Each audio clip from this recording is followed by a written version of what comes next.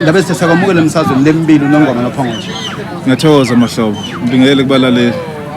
Ndabe sitha umcimbi omuhle kakhulu lo ikakhulukazi kuthi nje ukuphala khona umcimbi. Lo mcimbi esihlangene ngawo lapha namhlanje Mahlobo. Ngikhuleke esilweni samabandla, ngikhuleke uNdunankulu kaZulu, amakhosi onke asedlunkulu, indlunkulu yonke. Kodwa kakhulu nje lo mcimbi esihlangene ngawo namhlanje uzoveza ukuthina ukuthi thina singobani njengoZulu.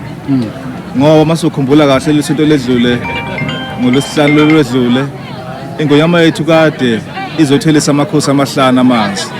Ukuthela kwamakhosi ke amanzi sekuwuphawu lokuthi asengaphakathi esigodlweni, aseyingxenye yendlunkulu, asemeloyise ngaphakathi esigodlweni.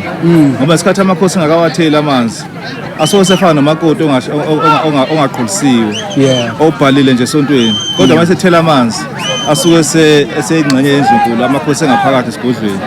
Ngakho lo msebenzi esihlangene ngawo namhlanje nawo uyinto enkulu ukuthi njengesizwe nanjengoZulu nanjengendlunkulu, ngoba ingonyama isikuzogcwalisa ngempela ukuthi lokho sokusho uhulumeni nalokho sokusho umndeni ukuthi inkosi le nengonyama nayo bizogcwalisa khona lokho kusho umndeni kusho nohulumeni.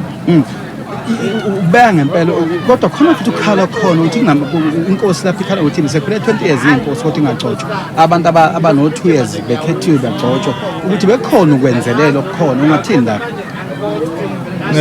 Ngeze kakhulu Mahlobo, ngiphawula ngokwenzelela ngoba isililo sesikhona, umsebenzi wasizowenza sineminyaka emithathu emine sigele ehlalweni. Bezikhona ingqinamba phambilini ezeze ukuthi ngoyami ngiyakwazi ukugcoba amakhosi.